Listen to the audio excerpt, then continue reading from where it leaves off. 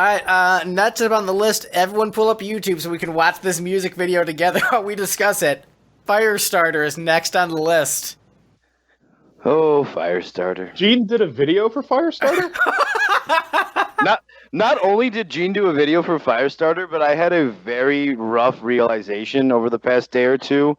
Regardless of what you think of Gene Simmons' asshole, or the song, or the music video, it is the last true professional music video he has ever been a part of, and probably will ever be a part of, and that kind of bummed me out. What about Modern Day Delilah? I thought that I was video going to say Modern Day Delilah had that video, but it was just live concert footage. You know what I mean? No, but it was as live as the Crazy Nights video.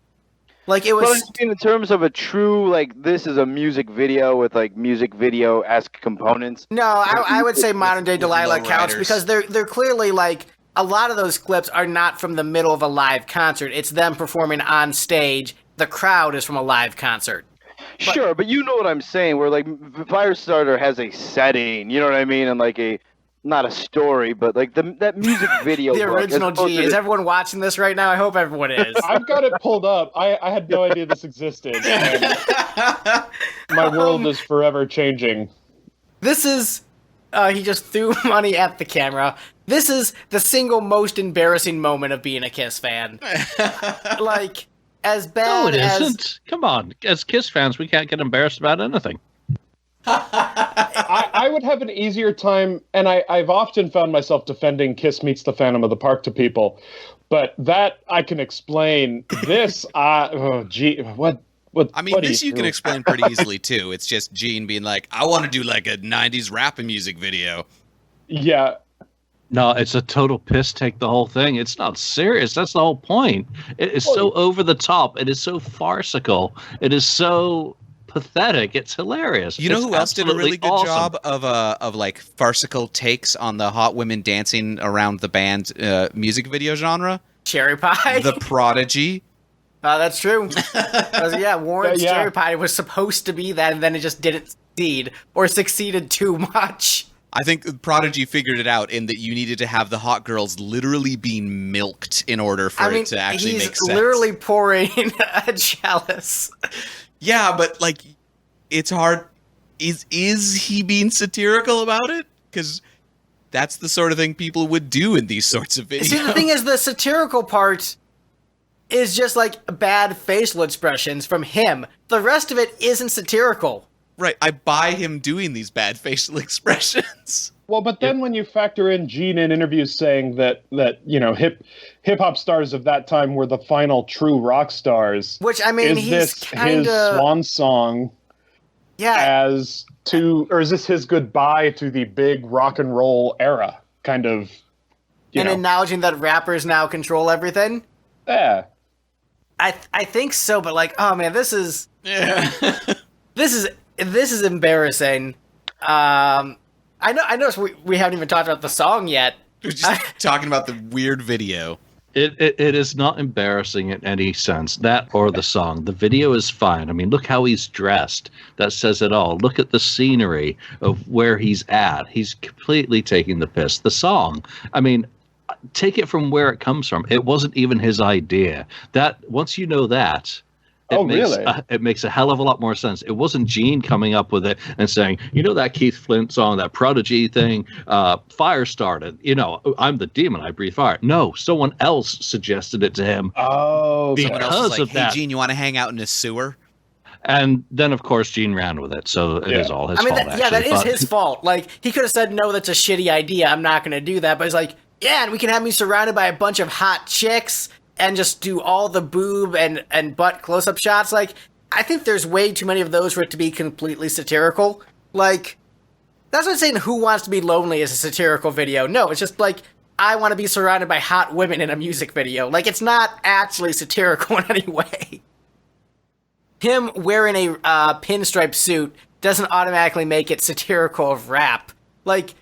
If he was wearing a normal rocker outfit, it wouldn't be satirical at all.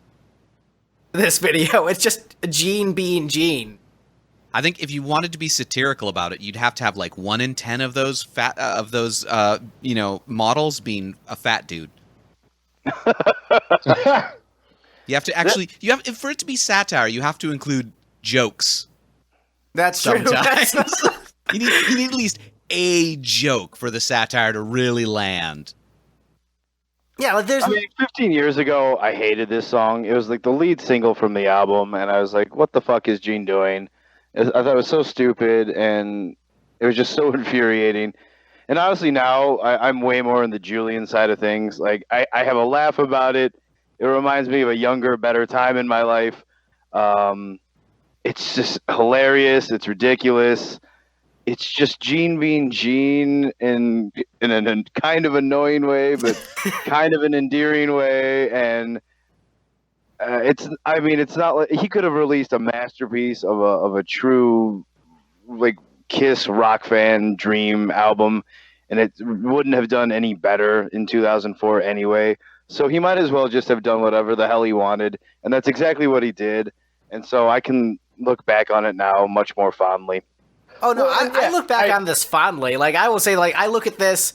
This isn't Boomerang where I just like hate it completely and find nothing of Boomerang worth. destroys Firestarter for sure. No, this is way better than Boomerang because this is like at least fun on an ironic level. Like, holy shit, you thought this was a good idea, and this is hilarious. And so I'm having a great time watching the video, listening to a faithful cover of Prodigy's Firestarter by Gene Simmons is incredibly goofy, incredibly ridiculous, and that's why it's at least enjoyable, just because it is so goofy and over the top. Like, that makes it fun.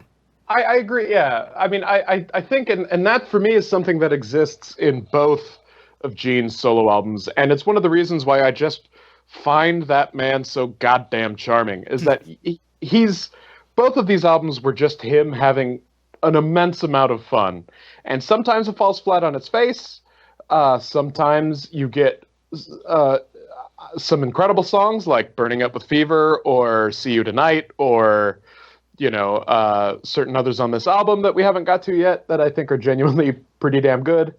But I think that's what even makes the stuff that I don't like makes it even the least bit kind of palatable, is that he's having fun. We're just kind of along for the ride of Gene having fun and playing around. He's a millionaire. He decided to do a fun project rather than necessarily a good one. Yeah, he recorded himself doing karaoke to the Prodigy tune, and which had probably banged a couple of background dancers that day. And I want to toss. Oh, go ahead. Yeah, no. Okay, I'll take it. It just reminds me of something I was thinking of way earlier when reviewing this album and everything. I think it's, for my age at the time, still a relatively young, new Kiss fan and everything, and was overall kind of disappointed by it. I think it just kind of was where Kiss was in their career that didn't help it. I feel like if things had been a little different, I could have gotten more out of just a haphazard Gene just having fun with it solo album.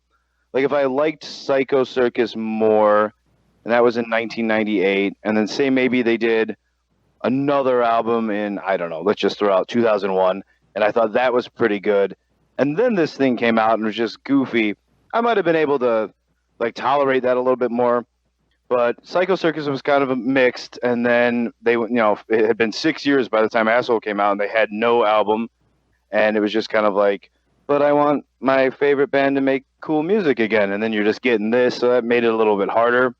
So in that sense, it was a little bit more to stomach, for me at least. But had things been different, like if Kiss was just cranking out cool albums every 2 years, and then Gene was like, and now I'm just gonna do some fuckery, I think it would have been a little bit more like, haha, this is great. But instead, you had that hunger for new music from your favorite band, and you get nothing for 6 years, but instead you get the Firestarter video. What the fuck? Exactly. And then 5 years later, Sonic Boom is unceremoniously plopped upon the public. We'll save that for that episode. Greg, don't tell me. So out of Gene Simmons' asshole came Sonic Boom plopping on the public? Sonic Boom from Gene Simmons' asshole. So I want to touch on something real quick while it's on my mind. There was a Careful about touching on Gene Simmons.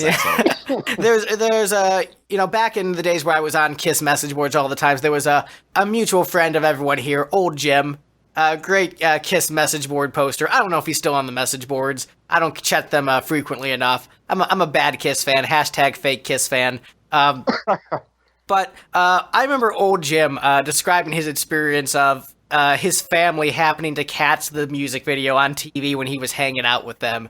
And so, like, they're like, hey, isn't this that Kiss guy that you like? You know, the guy you say is really cool? Like, yeah, he is really cool. Like, and watching the video horrified. Like, no, I'm telling you, he does stuff that's cooler than this. No, he actually is awesome.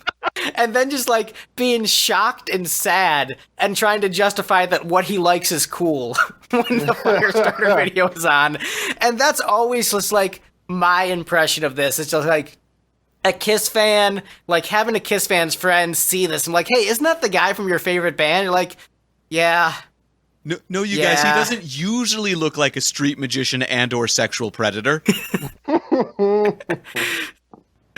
Miss old Jim. Yeah, that guy was great.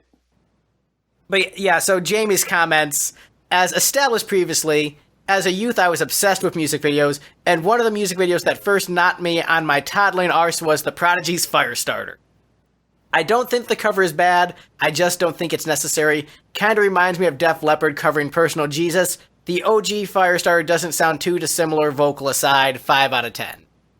Yeah, the vocal sounds pretty different. I feel like Gene's vocal is musically the one big thing about this song that I'm not super into. Like, the industrial kind of backing track actually works pretty well. It's a little heavier than what the Prodigy originally did with the guitars and things like that, but his voice is just meh. Ironically, I thought his voice was fine on this. I thought it fit nicely, and the actual song itself, I have no real qualms with. I put it kind of right in the middle because I don't want to give Gene too much credit for a song he didn't write or a cover he didn't like alter all that much. He didn't do anything creative with the tune, I think, but it's just a good re-spinning of the wheel, I thought. I'm gonna be honest. I actually think his he makes the song shine more melodically than the Prodigy version. There's a hint of more melody in his delivery, which honestly is probably why it would probably knock it down, because the original thing was sort of meant to be like this industrial, like, kind of rap-esque thing, and so he does like talk singing, kind of like on Detroit Rock City, where Paul would sort of talk, sort of sing halfway in between. Prodigy, there was just talking. Gene is sort of singing it a little bit, and I like that more. And I don't want to like this more than the Prodigy version. Like, I want to respect this less. But when I'm actually like putting them on back to back, I'm like, oh, this is actually a little bit better, and I don't want it to be a little bit better because that just makes me feel like trash. Your own hot take nature has pushed you past the brink. I have some explaining to do. Right. Like, I'm just disappointed in myself. Do we have any other comments on Firestarter before we move on? I kind of like that the last comment is Greg just saying that he's disappointed in himself. There's something poetic about that. Speaking of disappointing tracks, next up is Weapons of Mass Destruction. Right in the middle for pretty much everyone, and also exactly the median. Did I rank it the highest out of everybody? You and Mike both put it in the same spot, gave it 11 points. Number 5? Okay, yeah. It is a classic Gene Simmons filler track. Yeah. If you put Jimmy Chamberlain on that song and then you had Billy whining those lyrics, wouldn't that just fucking fit perfectly on Machina 2? Complete with bad production, yes. Yeah. But actually, I did think that this song does have kind of a Smashing Pumpkins vibe in terms of the riff. Jimmy Chamberlain, Andre. Yeah, so basically just the Pumpkins need to cover this song and do it better. I feel like the big thing that this song accomplished was he was sort of going for, the modern metal style, and he did a really good job of demonstrating that metal songs tend to play the same note over and over and over and over again. Like his mixing of the bass on a lot of this album is just like the bass part is just one tonic. and you're like, oh, yeah, why aren't there chord changes? I mean, no, like the writing is very lazy, and I think part of the reason I thought this would be a good song for the Pumpkins to cover is mainly the guitar tone. Yeah. Like it very much has a Smashing Pumpkins production sound, and I'm glad that someone else brought it up, not me, so that Steve wouldn't think I'm full of shit. He can think that you are also full of shit, Gavin. You're both full of shit. Billy Corgan likes to have, chord changes. No, I'm talking about the tone of the guitars. And just like the technique with the droning is very much a Corgan style of playing. It's a simpler song than Corgan would write, except on maybe Gish. But so you want like a second Destination Unknown from him? There you go. Compare this to like their cover to the Pumpkins cover of Rock and Roll, or Rock On. I mean, Rock On. If you compare that to like Cash Car Star is, I think, the same chord except for the chorus. Yeah. I mean, this would honestly, it fits in so well. Where like I forget I'm listening to Gene Simmons' Asshole. I'm like, oh, am I listening to the Pumpkins album? I'm supposed to be listening to Asshole now because that's the next episode. Well, Machina 2 is kind of Billy Corgan's Asshole, but that's another conversation. Well, to be fair, most of the Smashing Pumpkins discography is kind of Billy Corgan's Asshole. Hey, I'm sure but we're he really polished it sometimes. I'm sure we're really entertaining Mike and Julian with the albums they don't know anything about. They love hearing about polished assholes, right? But yeah, aside from this being an okay Smashing Pumpkins song, it is a textbook example of filler Gene Simmons material.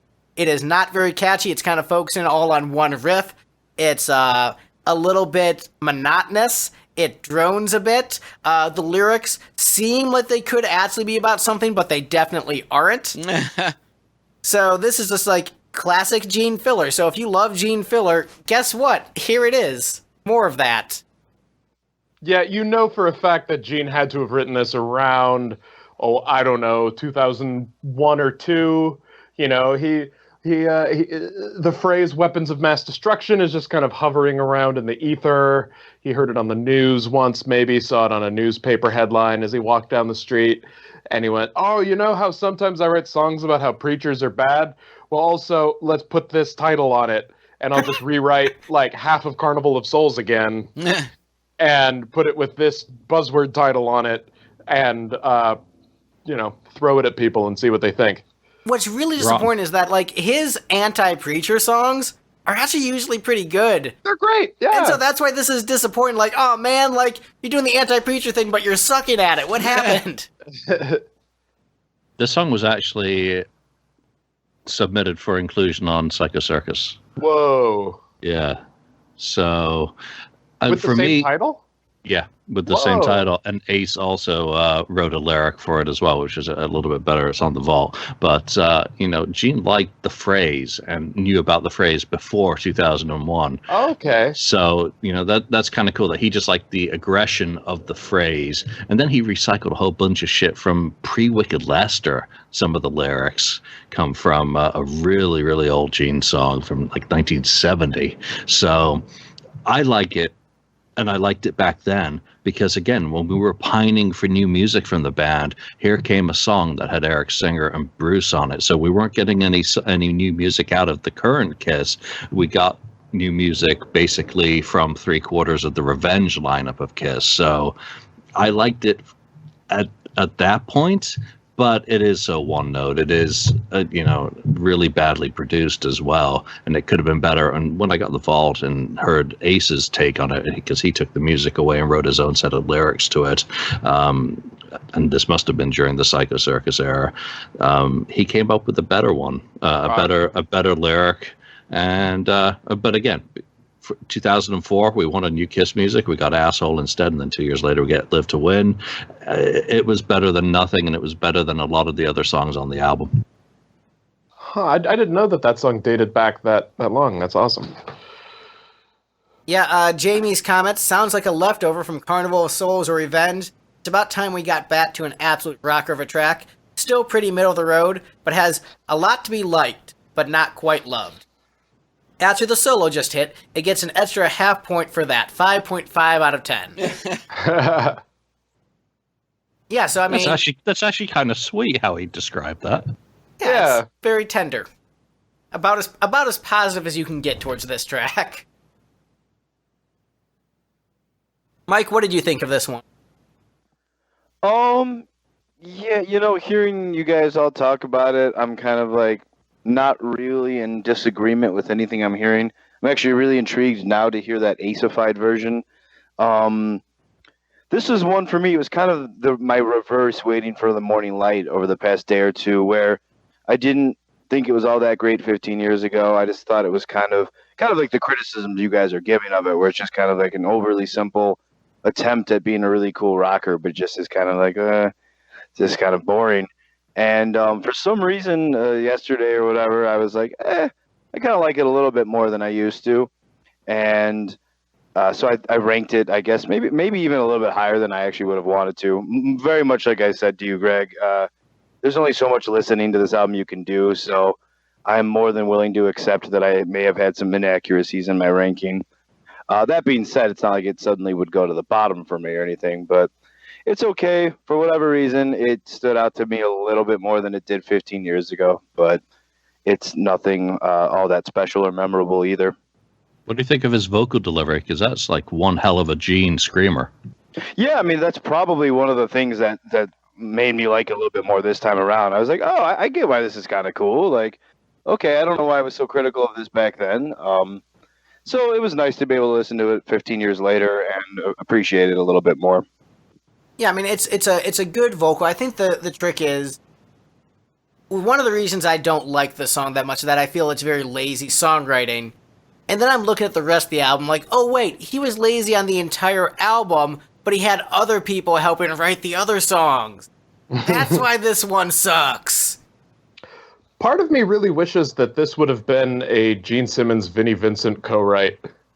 Now that would have been, I think Vinnie would have turned this into a great song. I agree. And then would have sued for it. But yeah, it would be the lead single from the upcoming Vinnie Vincent's Kiss album. Mm.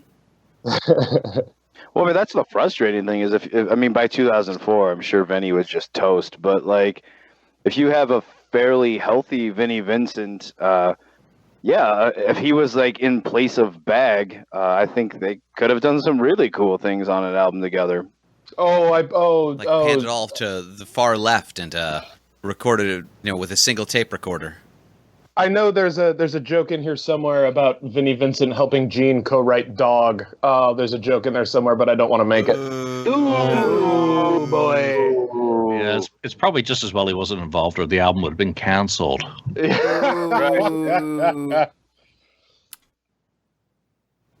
is interesting in that our guests are the ones making the poor in taste jokes and not us. We deny all culpability for anything said by our guests. Though it makes you, I wonder if Vinny, since your Speedball episode, if Vinny is now a weekly listener. It's possible. Hi, Vinny. I mean, yeah, Vinny, hey, buddy. I think that he hasn't heard that yet in the fact that episode still hasn't been stricken off the internet. Because as soon as he hears that episode, we're going to get a copyright claim on it. Like, absolutely. So enjoy it while you can, kids. That Speedball Jam episode. It is wonderful. Quote unquote, enjoy. I mean, that's one of the best things we've done as a podcast, that episode, I'd say. I wasn't expecting that episode to be as touching as it was. Like, it really got into some, like, dark places, but it was a wonderful, it was a great episode. Well, thank you. I will confess I'm a terrible podcast participant. I have not listened to that one yet. We don't blame you. We don't blame you. My cousin and good friend Brian Durbin, singer, guitar virtuoso, listened to it and he shared some of it with me. So it sounds like a lot was covered in that one for sure. There's a lot to talk about apparently. Let's move on to something a little bit lighter than genocide and rape and all the other things and weapons of mass destruction. Let's move on to another shitty Gene Simmons demo. We've got Everybody Knows next on the list. Greg, you ranked this second. Shitty in terms of sound quality, not shitty in terms of how bitchin' this song is. Hey-o. Oh, So how did this one go? the Japanese bonus tracks. I didn't remember how like inferior. I mean, which compared to the rest of the album is pretty shocking. I didn't remember how demo-esque they actually were until listening to Dare to Go, and that kind of brought them down for me a little bit. Yeah. I mean, no, they're explicitly like demos from the like late 80s, early 90s, have nothing to do with the rest of the album. Like, they are most definitely bonus tracks that don't deserve to be talked about within the context of the album. But when Julian suggested it, I forgot what they sounded like and agreed to that before I remembered what they were. Made a terrible mistake. And so I'm like, okay, we're just going to discuss them like I very this. much agree with their inclusion on this. I mean, where else are you going to randomly talk about those two songs? So, no, I'm totally glad we included them, but I was just a little disappointed because younger me did not realize how less of quality they were compared to an already not great sounding album. Which I have a question that I bet Julian would know the answer to. The guitar parts in that, are those sampled from an earlier demo of Rock Bottom? Because it's like the same chord structure and it sounds like those same 2 12 strings. On what? Everybody knows? Right? Is this the one I'm thinking of? Yeah, it does. I didn't, and that's another thing that for whatever dumb reason did not stand out to me 15 years ago. But yeah, this time around, I'm like, oh yeah, that's so Rock Bottom. Shit, I mean, I've never heard that or thought of that, so I had no idea, because again, this was one of the demos that he recorded with Silent Rage as the backing band, so I wouldn't have thought so. But then again, it is Simmons, and he loved cutting and pasting stuff, whether it was Eric Carr drum loops or keyboard bits or whatever, into his demos, so anything's fair. I'm gonna have to go back and listen to that now. Yeah, I'm not a musician, so take that for what it is. My best guess would be that it's not actual recordings from the same time of when they were doing Dressed to Kill. Yeah, I didn't quite get that level, but I totally got the Rock Bottom sound for sure. Yeah, because I mean the rhythm is different because it doesn't do the full ba da do ba da do ba da do ba da. If I remember right, it's like a ba da da ba ba or something different, but it's those same. It follows that same chord pattern, and it's very, or maybe it was like a background part behind the kind of the main guitar line. I don't know, but it has to be somewhere from Rock Bottom. Yeah, probably just Gene Simmons recycling. Yeah, subconsciously, if nothing more. I don't think he would remember Rock Bottom not being one of his own songs. I have a sneaking suspicion that a good chunk of the musicality of that track was not Gene and was just Silent Rage. Because if you listen to Silent Rage stuff, like this would have fit in well on one of their albums. And that's actually kind of why I like it, because it's like, oh, here's this cool 80s rock song. Thank God for this after all the shit I've been listening to. A kind of cool 80s rock song with, the 12 strings, reminding me of like the early Ozzy, like, solo stuff with Randy Rhoads playing 12 string. So it's just like reminded me of an era of music I have a lot of fondness for.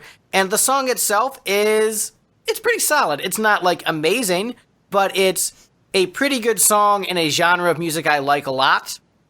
And because it has that Silent Rage vibe to it, it has that hair metal feel, and I am all about that noise. So out of tracks I enjoyed the most, it's towards the top.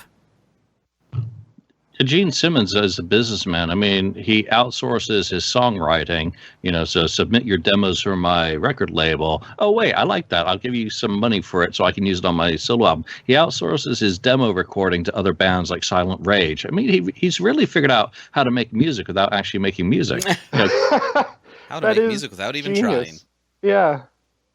But like as it stands, this is a pretty cool demo, and when you like compare it to some of the other I guess just when you look at this versus Boomerang as songs that could have made a Kiss album, you're like, what the fuck, Gene?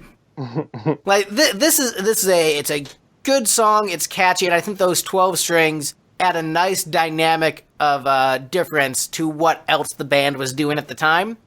So I would have much preferred this over some of the shittier Gene Simmons songs we got in the era. By the way, Jamie also thinks the song is Rock Bottom. But he says it has a great chorus. But yeah, thinks this is just like Rock Bottom. It's like, is this Rock Bottom? Yeah.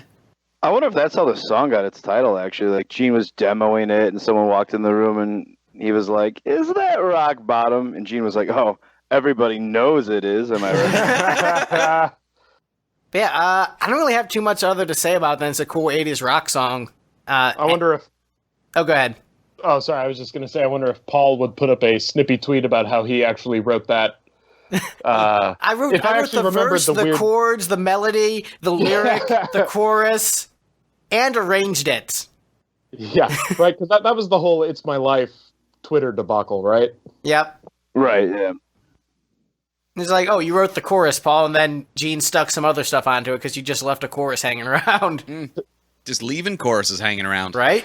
Like a slob. Like a slob. Pick up after yourself, Paul. Pick it up after yourself. Wait, wrong genre. Yeah, do we have any other comments on Everybody Knows? Yeah. I didn't like this one. The vocals are stupidly quiet. Oh yeah, no, this is a piss poor demo, like in terms of production, but I like the song. I like Rock Bottom. That's true. It is not Rock Bottom. You know, it's there was someone was once reviewing a shitty 70s B movie that had in the film had a clip of some of their characters watching Night of the Living Dead or something, and they said that as a rule you should never include clips from a better movie in your shitty movie, and you know, you shouldn't include like parts of a really great song in your bad song. Kid Rock. Jeez, yeah. All right, so next up on the list we have Whatever Turns You On. I was just thinking about this one, and I'm not off the top of my head. I can't think of how many more songs we have to go, but Like I feel like 5 or 6. I feel like this one somehow snuck in a little bit higher than it should have, and I'm even somewhat guilty of that myself. I remember just thinking this song was stupid and sucked 15 years ago, and somehow again it's one this time around where I'm like, okay. It made me smile. It's silly. It's goofy.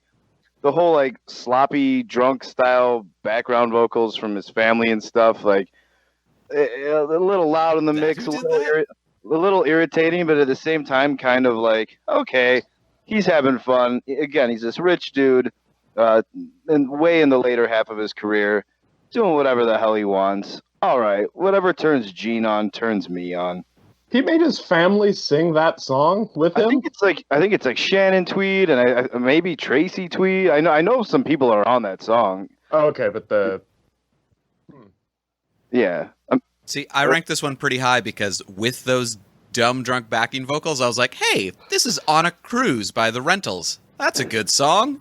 I ranked it pretty high because I enjoy Ray Charles and I like people appropriating gospel music to make it about sex. So, this song actually has Shannon Tweed and her mom. Oh God! Okay. Now her late mom, because she passed away recently. But again, this is one that someone submitted this. I think it was Dave Williams, and it's his band, it's his demo, and Gene threw his song on, his vocals on it, and the background vocals and all that. So I mean, very lazy. But you know what? It's campy. It's actually fun. I want to hate it, but I can't because it's just so. It should be the video for this album, not the fire starter. So you know, I can't hate it as much as I want to hate every single song on this album, and every song should be hated, probably. I just can't do it because it just makes me smile for some stupid reason. It sounds like the year 1997 personified into a 3-minute song. See, I don't even necessarily get 90s specifically from it. Like, for me, I just get a total gospel vibe from the song, which, you know, coming from a Jewish man singing about getting laid is just like so appropriating and so offensive and so awesome because of that. Like, with his mother-in-law, no less. Right. Like, this is like pretty offensive to Christianity on almost every level, but it's so catchy. Get out of here! What are you talking about? I don't know. I get way more of a '90s vibe than a sex gospel vibe from this song. But I don't know. Sex That's Gospel just sounds me. like a 90s Dark Horse comic. Right? Or the best, like, you know how Scorpions had Eye to Eye? Sex Gospel would be like the Spinal Tap equivalent, where they did their dance pop album in the early 2000s. That'd be amazing. Spinal Tap, Sex Gospel. That's so good. But yeah, I this enjoyed was- the Sex Gospel. I think it's great. When I showed or when my band listened to the album, I remember a few members came to a consensus that this sounded a lot like Beck, which I don't necessarily agree with, but I thought that was an interesting take. I can see it. I can might see be it a the little most- bit. Yeah, Beck-esque on the album. Yeah. It would be how It's interesting to think that would be how Gene Simmons, like, maybe he bought a copy of Odelay and then went, "Oh, I could do a song on this album," and then came out with this. Like that. I like that image. Soy un perdedor. But yeah, hey, the people he stole a song from wrote a good song. Good for them. They did a good job, and then Gene sang it. Any other comments on whatever turns you on before we move on? It turns me on. I feel like that pregnant pause summed it up nicely. Actually, I forgot Jamie's comments. He says, I like the idea for the song more than the song itself.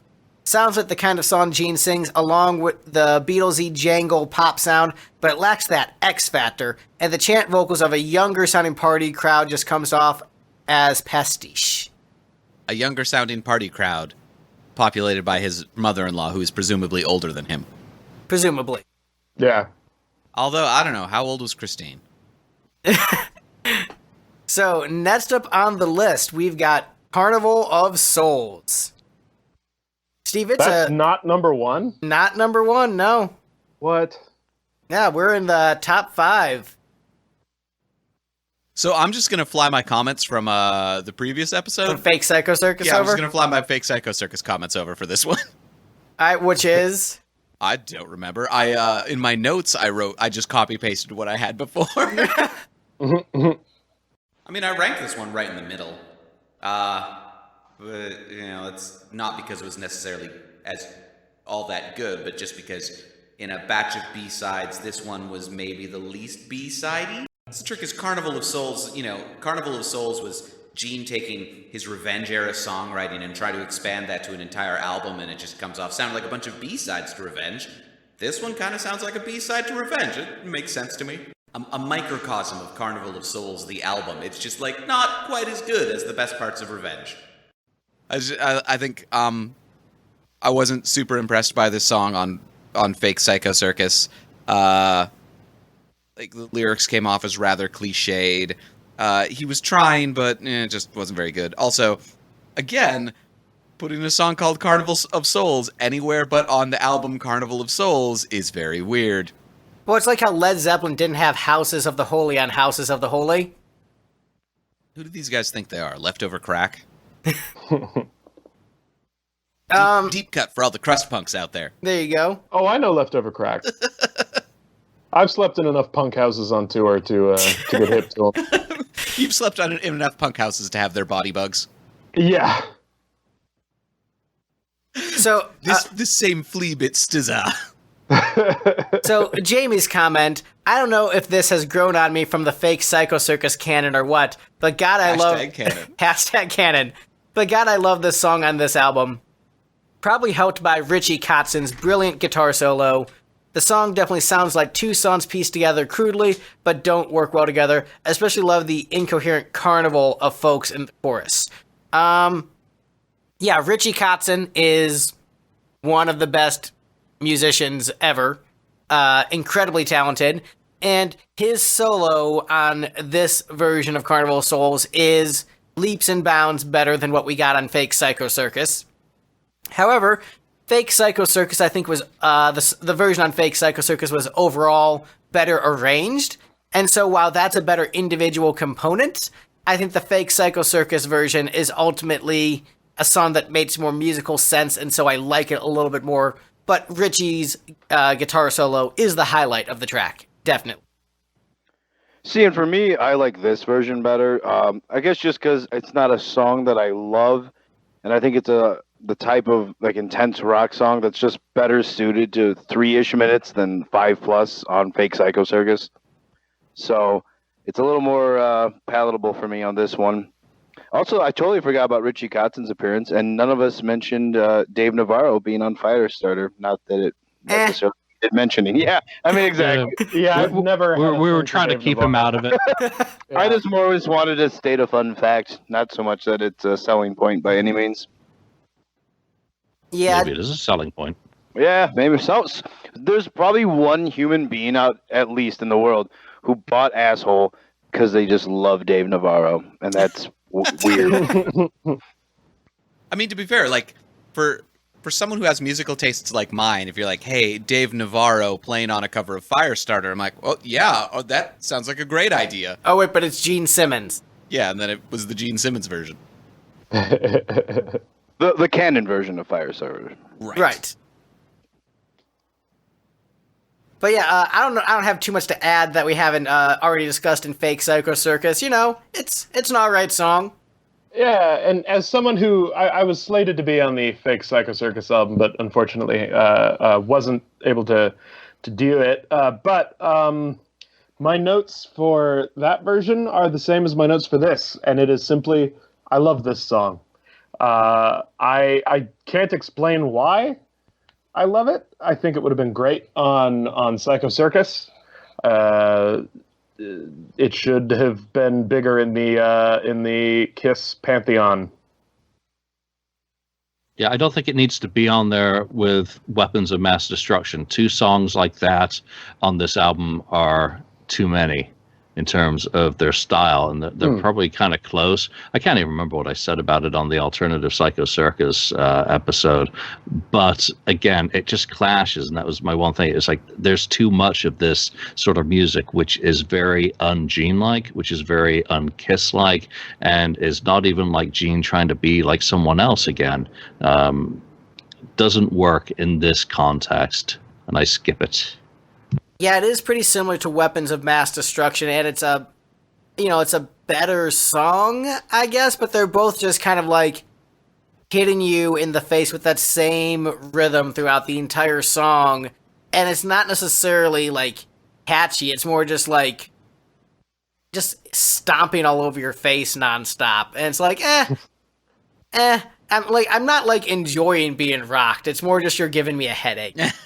Yeah, that stomping totally says it for me. My take on it 15 years ago with Weapons of Mass Destruction and Carnival of Souls. And I get what you guys are saying, where they're kind of like more or less just the similar style of song. But back then, I wanted more rock. Like I wanted songs up tempo and riff, and I wanted that sweet rock. And so I think I was disappointed in those songs because they were kind of closer to that style than like a lot of the more ballady songs on the album, and yet they didn't deliver what I really wanted. I was just getting a lot of stomping.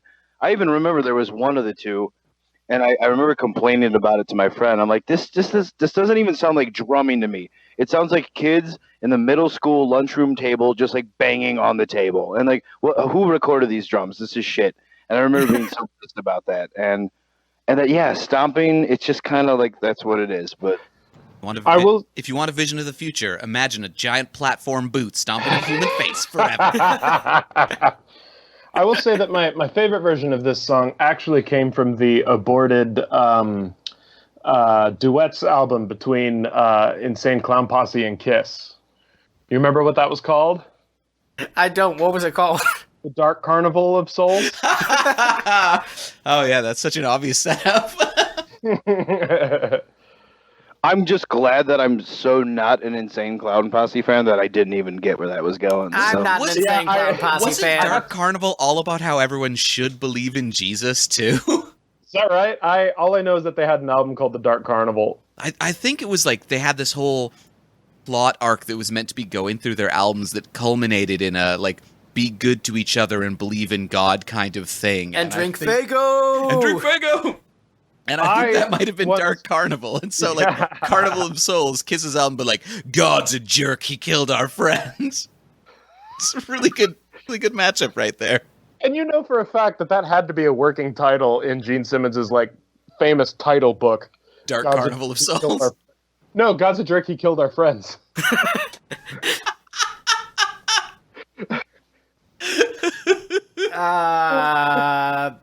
Any other comments on Carnival of Souls before we move on? Yeah, it's the Mike Tyson biting Evander Holyfield of the album. Yeah, it's just, you know what it is? I think younger Mike might have appreciated the song just because it rocked more, but it is definitely less good than so many of these ballads. Like, oh no! By the way, no. But yeah, to clarify, I was saying younger Mike wanted to like a song like that more, but it didn't do it for me. So that's my frustration with it. Yeah, I agree that a lot of the ballads are actually better. Like Waiting for the Morning Light. For me, I liked that one a lot better back in the day, and even still today. Speaking of ballads, next up on the list, we've got Now That You're Gone. How did that one go? Had a children's chorus, so I ranked it third. Oh, Woo! yeah. I got But really excited about this album that? right about this point. It was like, why is there a children's chorus for no reason? This is great. I'm having a great time.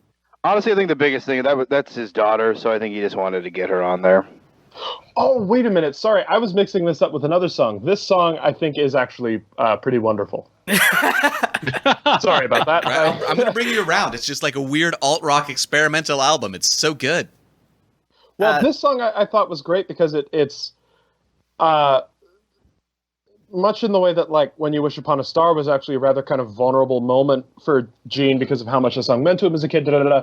This song is really kind of the only time he's kind of faced his father deserting his family in song that I can think of. Yeah, I mean, at least overtly, for sure. Absolutely. and that's how it came across to me too. When listening to the song, so it's weird in the sense that, like, you know, in interviews he had to kind of talk shit on his dad.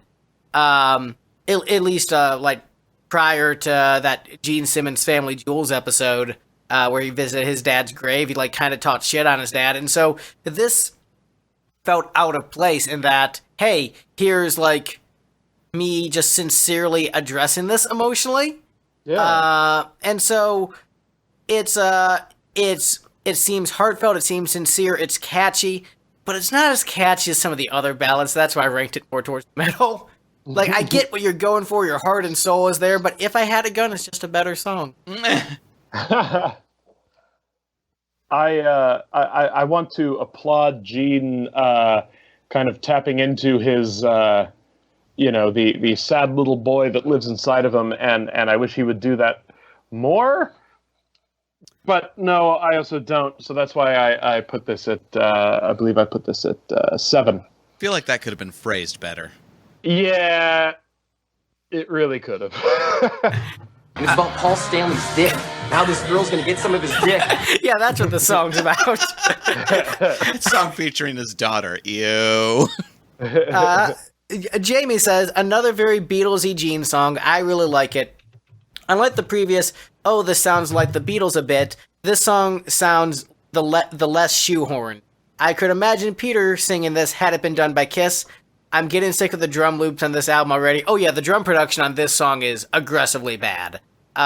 This is one of the worst produced songs in the album. It just is so distorted, so terrible. The song sounds like hot garbage. Like, it's a well-written song, it's performed well, but man, is the production a dumpster fire on this track. Now I'm just imagining... but... Oh, sorry, go ahead, Drew. No, you go ahead. No, you go ahead. Oh, no. No, because you were probably going to say something real. I was just going to make a Peter Criss Mpreg joke. Okay, let's be flippant first, and then we'll move on. Okay, imagining this now as a Peter Criss duet with his child that came from his pregnancy. Oh, but my joke fell apart. I apologize. That's what happens when you lead with the punchline. You know, this is one of a couple songs from 1977. Obviously, this one was written with Bob Kulick. And Another one that was written around the same time is one that I hate, I despise, You're All That I Want, You're All That I Need, that ended up on Unmasked. This one I like, which is really weird, and it really ranked up highly because it is kind of reflective, poignant. I mean, especially with it coming out after his father had died, and you read all those extra things into it, like he's analyzing himself when I think it's furthest from the case that he's analyzing himself. He just was capable of writing something introspective back in 1977, and we don't get to hear it until 2004. So I thought that was very cool to be mixed in on this album with some real dross. It's a gem for me. I mean, I would say it's definitely a gem, and I think I knocked at some points for production, just because I get the idea, I get the writing, but the execution of it was bad enough where I had to knock at some points, because those drums, like, there's some points on Machina 2, which we'll get to, where just like the production is so bad, I had to knock the song down some points. And so that's kind of how it is with this. We're just like, the heavy distorted drums do not go well on this song, and it just makes it sound like a mess of a demo, where, like, everything about it musically is fine otherwise. It'd be very good to hear this one covered by someone and kind of reinterpreted. I think it could be done justice. I can't decide who I think it would work with, but it just strikes me as one of the songs that another artist might hear in passing and go, ooh, I can do something with that. Nick Simmons can cover it when Gene dies. There you go. That's Hey, I make joke. We all know that the reason that this version of the song underperformed was because it was competing with the one that went on the pop music compilation, right? Now That's You're Gone, What I Call Music? That was good. Next song. Oh, well, you know the Gene Simmons and Billy Corgan duet that this came from? No, I don't. Now That You're Blissed and Gone? So next up on the list, we have Beautiful. Beautiful, you're beautiful. What is the charisma of Beautiful, guys? It's just, I don't know how or why, but it's just one of the best songs on this album. Step one is Gene had no hand in writing it. Is that another bag tune? No, this is a cover. I think, right? No, it's another submission. It had already been released by the band Kitty Gordon, and I guess he heard it, or they submitted their demos to Gene and ended up on his album. So very unoriginal, very un-Gene, but he liked the lyrics and they resonated with him, so he stole it, paid for it, bought it. I mean, and the thing to remember is this kind of like songwriting process where you just get submissions and then record them and sing them and pay the songwriter, like, that's how the industry was like primarily done in the 50s and 60s before the Beatles revolutionized things, and how a lot of pop acts do things. So it's a little bit weirder for a rock musician to do that, but in the pop realm, that's super common to just like get demos and all these submissions and then going through them with your producer and being like, oh, this one could be a hit, let's do this song. So I think it's great. Jamie, I don't think it's wrong that they do that. What I think I'm complaining about so much throughout this episode is how many times he does it on this album. Which I get, but in the sense that like so many artists comprise most of their albums that way. If Gene does an album in his entire music career that way, This is his lazy bassist album. Yeah, it's his lazy bassist album. Jamie said, quite like how it opened up. Didn't really care for it after that. The interest soon wavered. 4 out of 10. So Jamie was the villain of this song, but everyone else ranked it. Yeah, Julian was actually the villain of this. Julian and Jamie were the villains of this one, towards the bottom. Oh yeah, everybody else put this top 4. Yeah, so when 4 for me, and don't you forget it. See, when I first heard it, I didn't realize it was a cover, and I thought, wow, Gene wrote a really good song. Oh, he didn't write it. Oh, that makes more sense now. It's not like him at all, but I think it's a beautiful song, pun intended. Yeah. It's a good Good vocal as well. Good vocal, good lyrics, good melody. Good I love message the in the production. Like, it's all around. It's great. I just love that bouncy little keyboard in the beginning. You're like, where is this coming from? But the whole thing just really works. I want to see someone lay this song over Gene's dancing scene from Never Too Young to Die. Yes. Yes. My notes on this one just say this sounds like a They Might Be Giant song about hot chicks. SEXXY. or chicks who don't, realize how hot they are. And so Gene is being like, girl, you're hot enough for me to have sex with you. I thought this one was about cross-dressing. Yeah, that was my take on it. So Yeah. I took it as a joke or if, I took it as it could be cross-dressing, it could be about a chick. Either way, I'm cool with it. Oh, well, there's the lyric about wax away the old mustache. I mean, look, some girls have mustaches that they need to wax away. Yeah, that is true. But then I just thought the whole. Yeah, I mean, I've debated this as well because I lean towards cross-dressing, but then I've wondered it could just be a woman who needs additional maintenance or whatever. But yeah, because like that is a thing. If the lyric is all about it's very affirming if it is about a woman who happens to have a mustache at the age of 23 and he's saying, no, baby, you're beautiful. You don't need all that silicone and waxing and tattoos. Well, but I submit as evidence the second verse. Downtown on Saturday night, they happen to catch you in the light. You'd like to dance, but they want you to fight. They could never understand what it's like to reach the age of 23. Knowing what you are, you're not supposed to be. So to me, that totally sounds like a bunch of drunk college bros finding someone who is, finding a cross-dresser in the streets and trying to fight them. And so I agree with Gavin's take. That's the interpretation I lean towards, but I can see it the other way, so that's why I'm not. It's like I'm like mostly on that's about someone who's transsexual, and that actually makes it a super great song for Gene Simmons to sing. Because it makes him so ahead of the curve with Never Too Young to Die, and then this song, he was just ahead of his time, right. more than once. But the thing is, like, it's so positive and affirming. I think this would be a good time to tell the Billy Morris story on this podcast, which I don't think we've actually discussed on the podcast. We not told that story? No, I don't think we have. You know what? You kind of tell this story better than I do, Steve, so I'll let you handle this one. All right. So but don't mention who was getting the blowjob.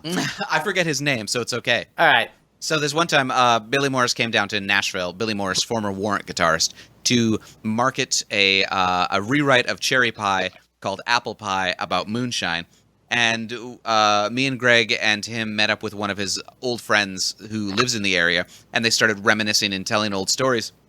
And the other dude launches into this story about, like, this one time he was at the club and he met this hot chick and she took him out back. And the entire time he's telling the story, Billy keeps on interrupting every other sentence with, dude, she was hot. But dude, she was hot. And then, this dude gets brought out into the back alley and receives fellatio from this woman. And then afterwards she says something along the lines of, like, wouldn't it be great if you could do the same thing to me? And the guy says, yeah, that totally would be pretty great. And then she pulls out her dick. And Billy Morris says, but dude, she was hot. So it's a weird, like, douche bro-y story about, like, yeah, you got some from this hot chick. And, like, the entire time he's just, like, validating her identity as a woman. And using the correct pronouns. Like, not misgendering her at all. Be like, look, she's a woman. She wanted to be called a woman. She wanted to act like a woman. She was hot. And so, the hair metal bro affirming the gender identity of the person is kind of exactly what Gene Simmons is doing, but in a less bro-y way. And so the fact that you have Gene Simmons affirming gender identity in a super positive, supportive light, in 2004, in 2004, wrapped around a super catchy pop song, magnifique. Which, like, should be like status quo. If you're glam rock, you should support transvestites.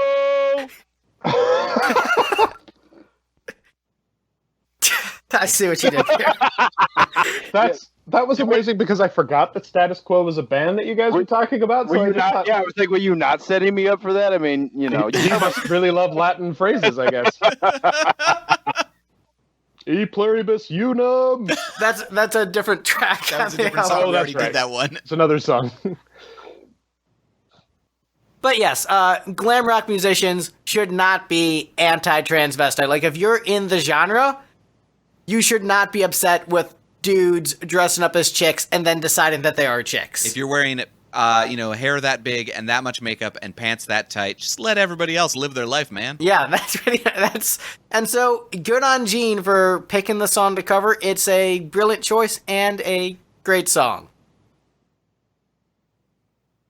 Any other comments on Beautiful before we move on? Although Gene consistently misgenders him in interviews, or misgenders her in interviews, it turns out. I mean, Wait, what? I'm on Genius, and there's a sidebar from an interview with Gene where he says, it's one of those story songs, the lyrics killed me, it had this kind of pansexual Lola flavor to it, and also a kind of pathos. He's a poor guy who's 6'4" in his 6-inch heels, etc. I mean, look, I'm going to credit that to old man Gene. I mean, because not to get into a whole thing, but there is actually a difference between because there are men who still identify as men, but then dress up as women. I've actually it could just be cross-dresser as opposed to a full trans. As actual trans, yeah. And that's not to split hairs, but they do very much make that distinction for themselves. Yeah, it's possible. It's possible this is somebody who is just a cross-dresser, but I don't know, somebody who's like, I don't know. The line, you're not who you're supposed to be or whatever it is. Yeah, I feel like, talking about, like, feeling like you're not who you're supposed to be, that sounds That's like a good gender point. dysphoria, and...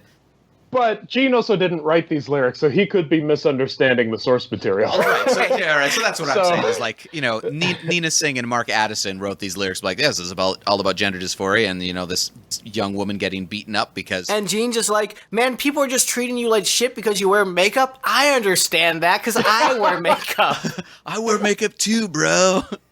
I think you hit the nail on the head with Gene liked the lyrics. He had no idea about what the song actually meant because he didn't write it. He just liked the line and took it, basically. So that's fair enough. I mean, it gets something out there that, ninja style gets it out there, and Gene has no idea what he's put on his album. Yep. Oh, also the fact that, she presumably has implants, some kind with the silicone. Yep. Oh, that's right. Yes, forgot about that line. Maybe he's thinking about Paul, and Paul's had plastic surgery and stuff, and looks in the mirror. There's a line in the song. Is this song just about Paul Stanley? Oh God.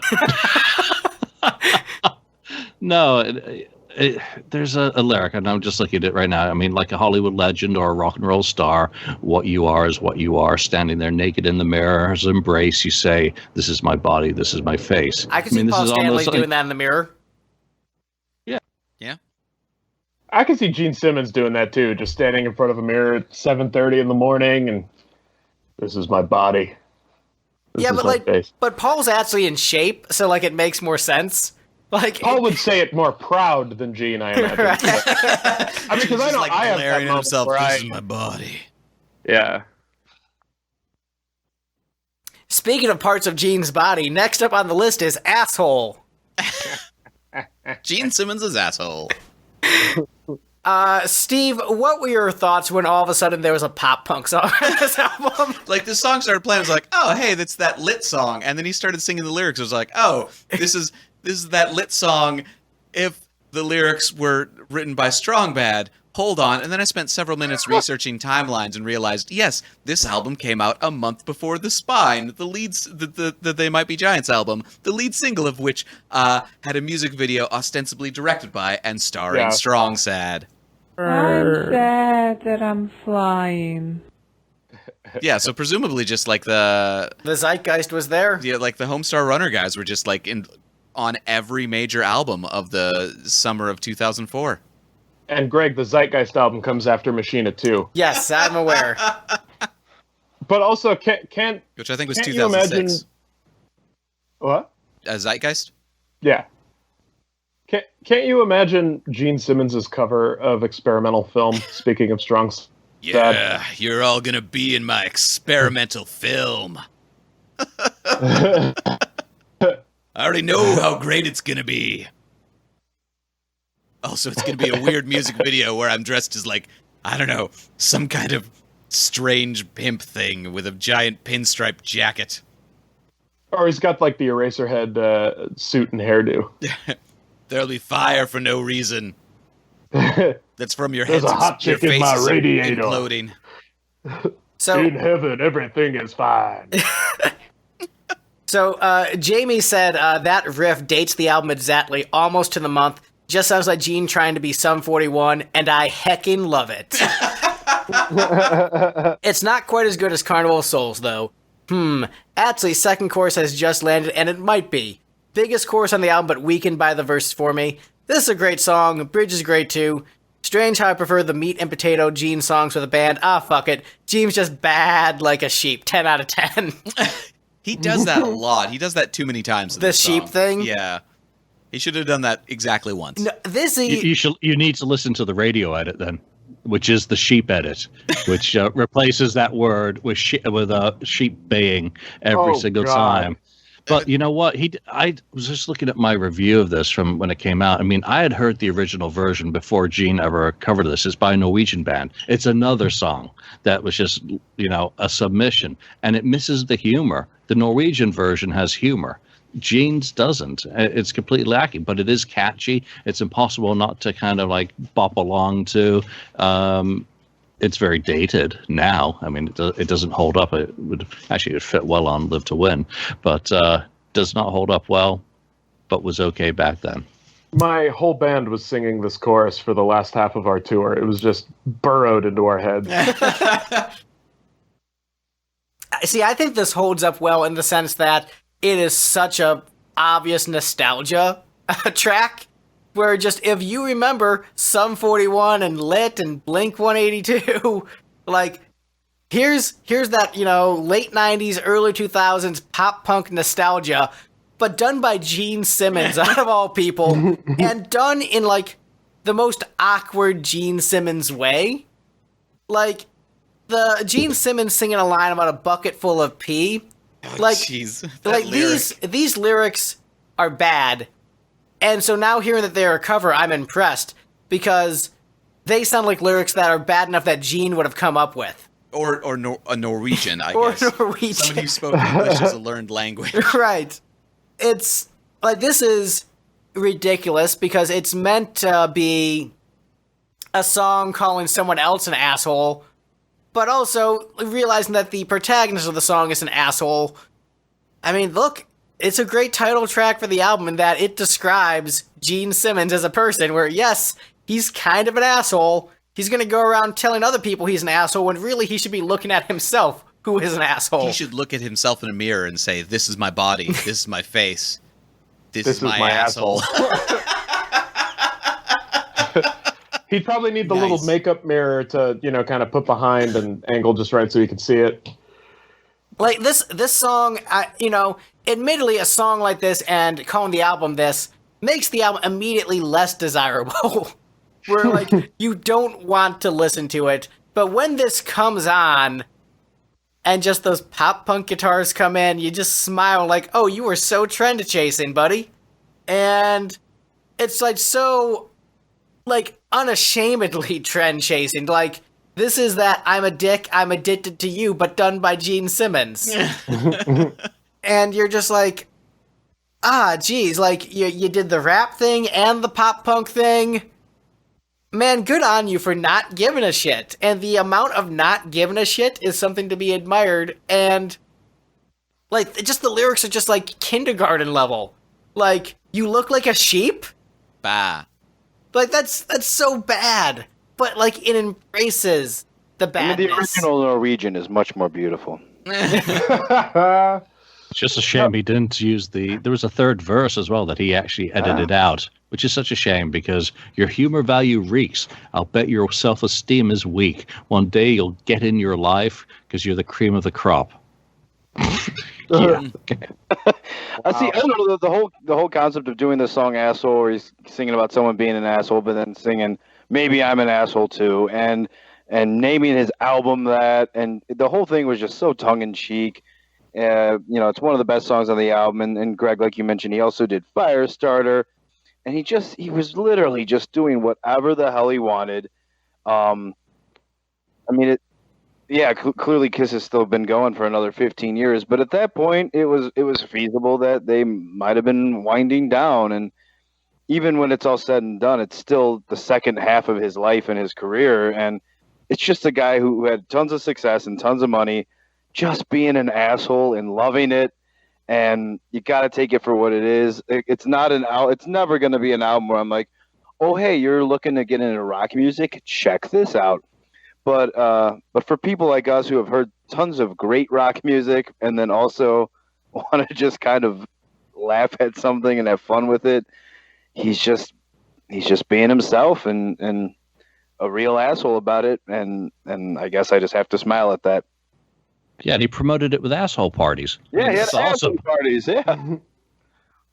So this Frank Albin Toastrup guy is listed as being drums, bass, rhythm, guitar, percussion on track 6. So this really was a karaoke track that Gene worked on. That's amazing. Yeah. Yet another one on the album. Yeah. And maybe that's just why the production is so bad. It's like, I have to make all these karaoke tracks sound the same as my full band production, so I'll just distort everything so you can't tell the difference. Just make everything sound bad. Gross. Any other comments on Asshole the song before we move on? Asshole the song, the movie, The album. the book. Well, it's the collaboration between Gene and Trent Reznor. Head like an asshole? Yeah. Yeah. Not one of my better ones. I was trying to figure out how to piece that together. Ass like a head hole? I don't know. I like that too. All right, well, let's go through this ranking from the bottom to the top. 1000 Dream. You're My Reason for Living. Dog. Black Tongue. The song that should have won If I Had a Gun. Correct? Waiting for the Morning Light. Firestarter. Weapons of Mass Destruction. Everybody Knows. Whatever Turns You On. Carnival of Soul. The song that should have won. No. Now that you're gone. Beautiful Asshole, which also Beautiful Asshole would be a great song title.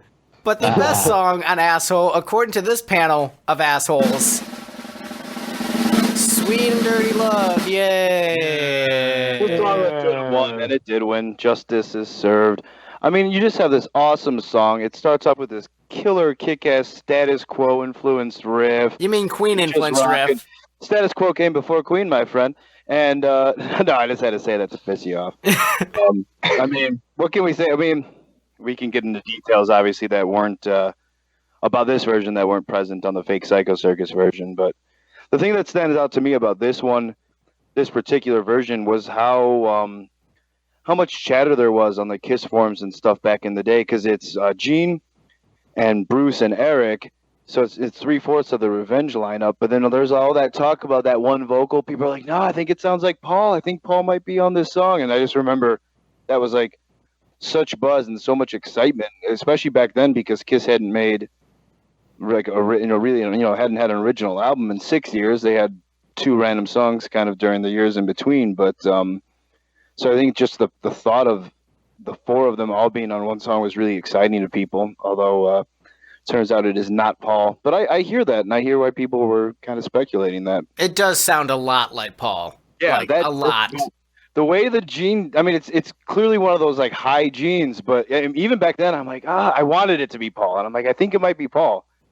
And listening now again, 15 years later, with just so much more listening experience, I'm like, no, it's Gene, but yeah, very Paul-esque. I will say this. I listen to it, like, oftentimes I listen to this track and try to judge if it's Gene or if it's Paul. And honestly, I can hear it either way, and I still have so much uncertainty without, like, the isolation of the track. It's like the Yanni Laurel of Paul. Or yes. It really is. Paul and Gene, I mean, yeah. Does it matter of what the bass frequency response of your speakers is? But I would say it is most likely not Paul Stanley, because if it was, Gene would have been bragging about it. Yeah, why would you be like, I literally reunited Kiss on this song? This is the Revenge lineup. All 4 of us are on this song. No, that would be a huge selling point. Yeah, huge selling point. So the only way that wouldn't be the case if Paul said, don't you dare use this as a selling point. Or if, like, he tricked Paul into doing it, like, hey, I'm just doing a demo, come hang out. And then Paul found out, wait, this is for an album? No, fuck you. You can't say that I'm on this. Yeah. Like, I'm not going to let you Gene trick and me. Paul were hanging out in 2004. Or ever. Yeah. I could see Probably in Gene. 74. I could see Gene tricking Paul Stanley to come over and do demo vocals. I could see Gene like successfully pulling that off, and then this being the last draw where Paul says, "I'm never hanging out with you again. Fuck you, motherfucker." So How do you think Gene would have like tricked Paul into that? Do you think he just would have served him some like really good pizza and was like, "Hey, Paul, what did you think of that pizza?" And Paul was like, "Ooh, much too good."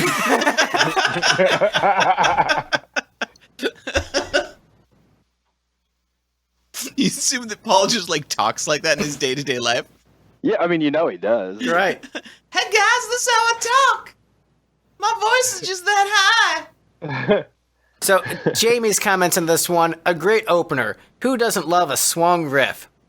Me. Yes, it's Tie Your Mother Down, but lyrically Yeah. different enough to stop me from being distracted. Not for me. As far as Gene songs go, this is a strong one. 7.5 out of 8 out of 10. The bass parts higher up on the neck in the middle 8 are quintessential Simmons-styled licks.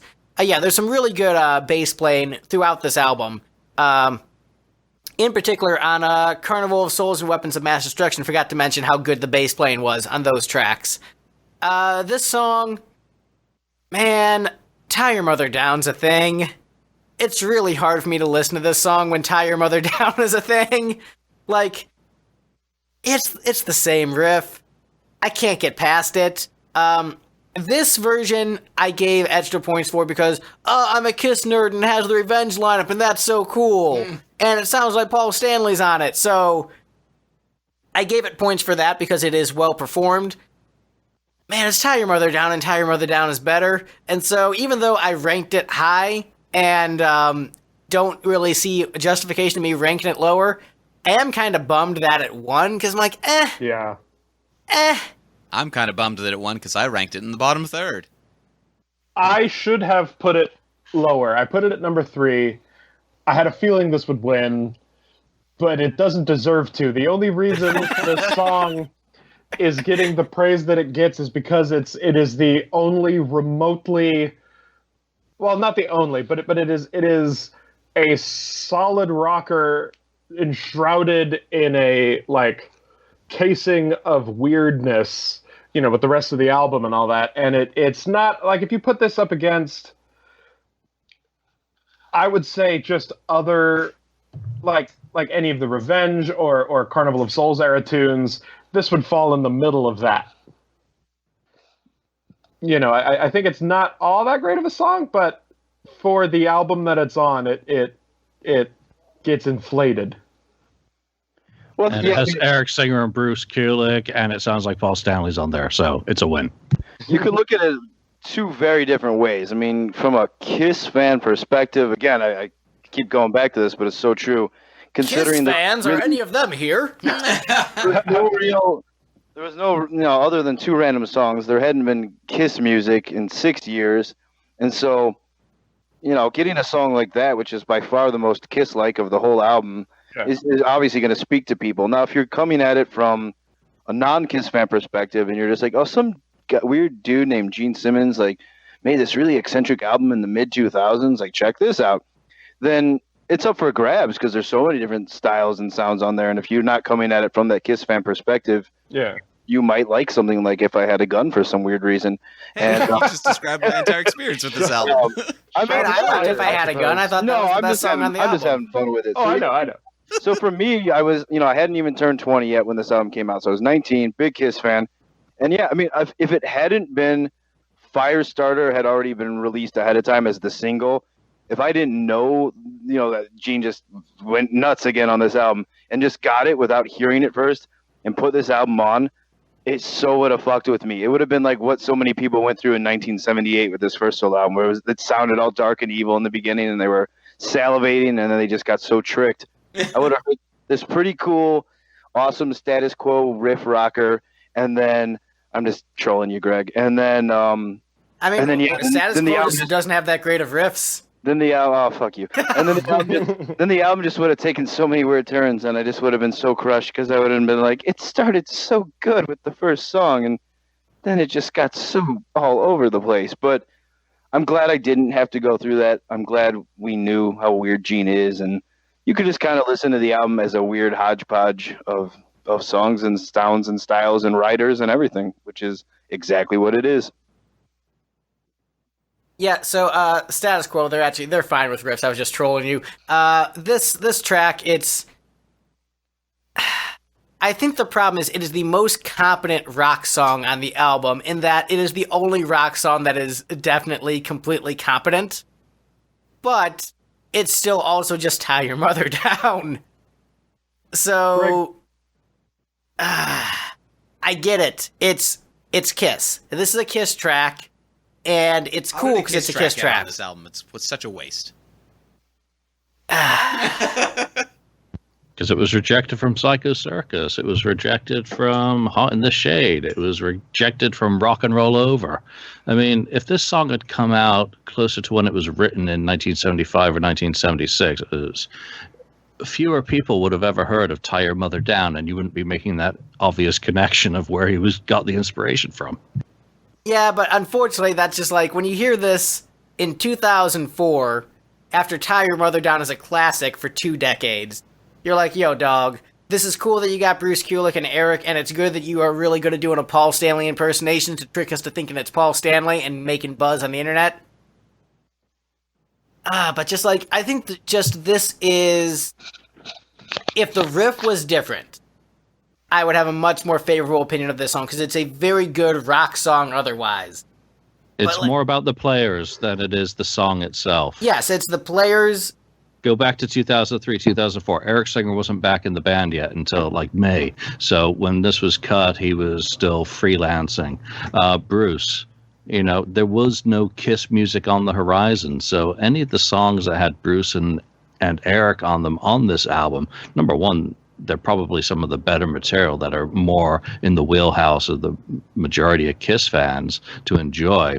And that's where it comes from. We were so craving Kiss music. We didn't want Psycho Circus to be the final recorded Kiss. So we were desperate. And that's, I guess I hang on to that desperation to this day. Well, hey, we've got Who Stole My Ascot and Samurai Son to keep us warm at night now. Right? Lord have mercy. We'll do a roundup episode where we'll do, like, Do You Remember Rock and Roll Radio, Samurai Son, and the Ascot song. we'll have Venus and Mars. Venus and Mars, I liked Rock and Roll Radio, though, their version of that. Yeah, that was good. But don't worry, we'll do a roundup on the Kiss leftovers. Yeah, because we still have Live to Win, we still have Sonic Boom and Monster, and you know what? F it, we're gonna do the Wicked Lester album. Why the fuck not? We'll keep this Kiss gravy train rolling. Because look, they're our most downloaded episodes. That's what we're here for. So yeah, Sweet and Dirty Love. It won the ranking. 4 of us are underwhelmed that it won the ranking, but look, it did. So it's objectively the best. I'm not mad. I'm just disappointed. Yeah. I mean, look, the numbers don't lie. Like, Steve, we didn't rig this. The numbers don't lie. The Kiss fans all liked the Kiss song on this album. Well, I will say that it speaks to the quality of the album that the song that won can best be described as a competent rock song.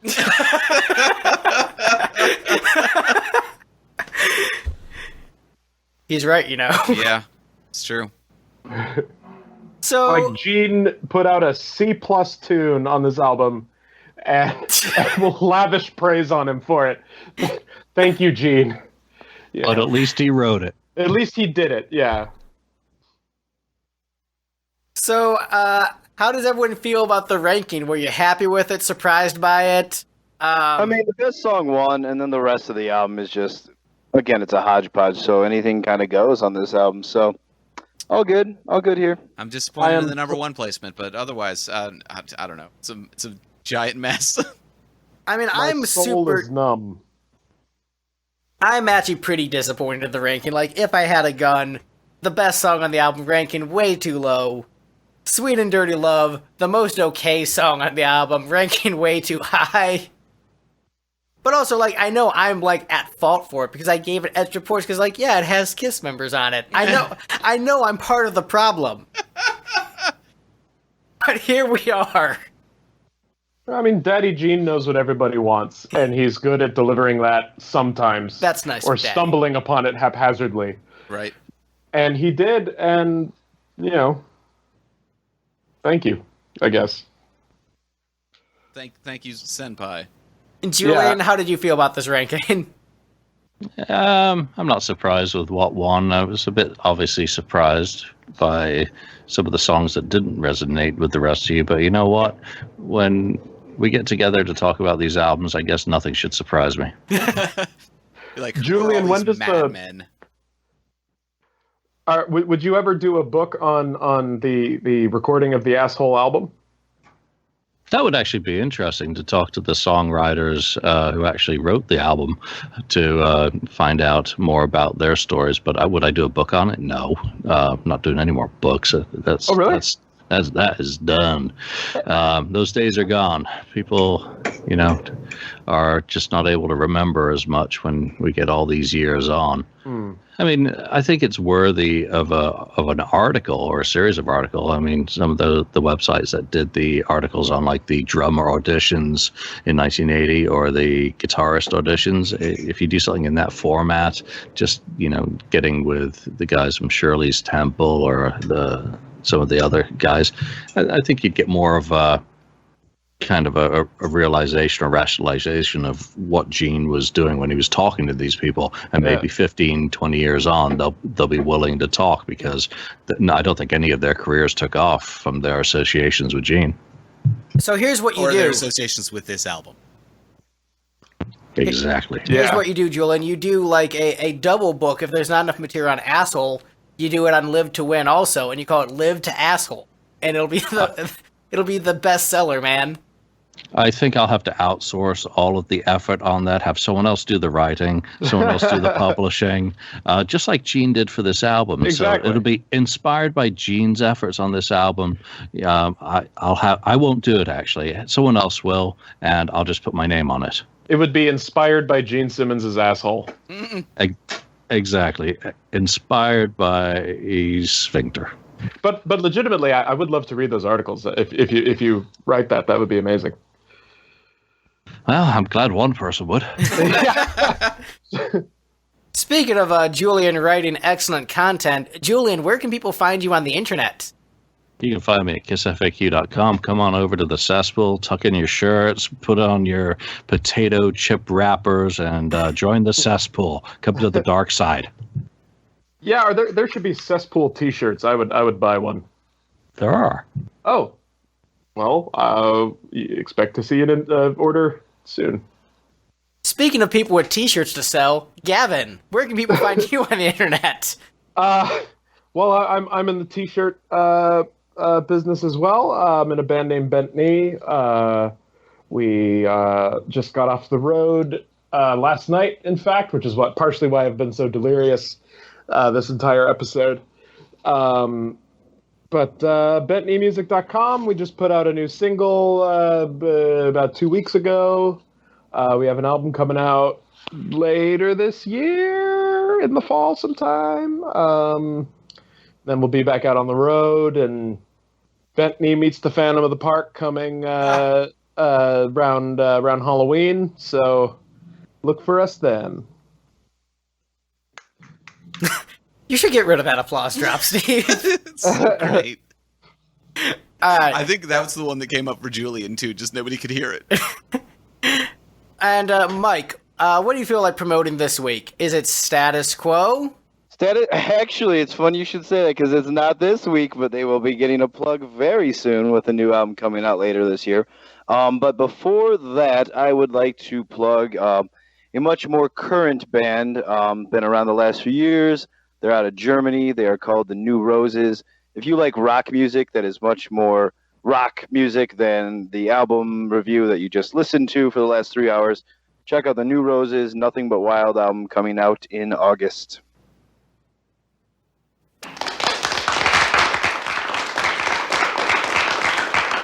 And Steve, where can people find us on the internet? They can find us at lipstickgeneration.com, as well as wherever fine podcasts are sold, and Lipstick Generation on most social media platforms except Twitter, where there is a character limit, and we had to go with Mr. Cool Rock and Roll. All right, well, I'm done talking about this shitty album. Bye. Bye.